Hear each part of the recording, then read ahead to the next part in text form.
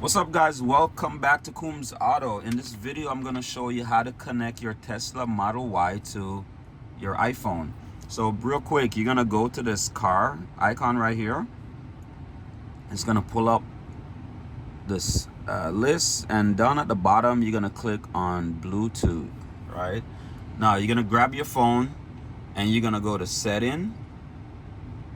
So if your Bluetooth is off, you're going to go ahead and turn it on. And it's going to start searching for the Bluetooth, right? All right, now we're going to tap that. And it's going to pull up this code for you to pair.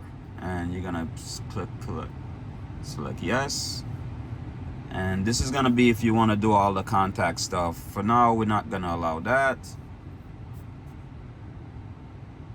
And that's pretty much it. Thank you, guys.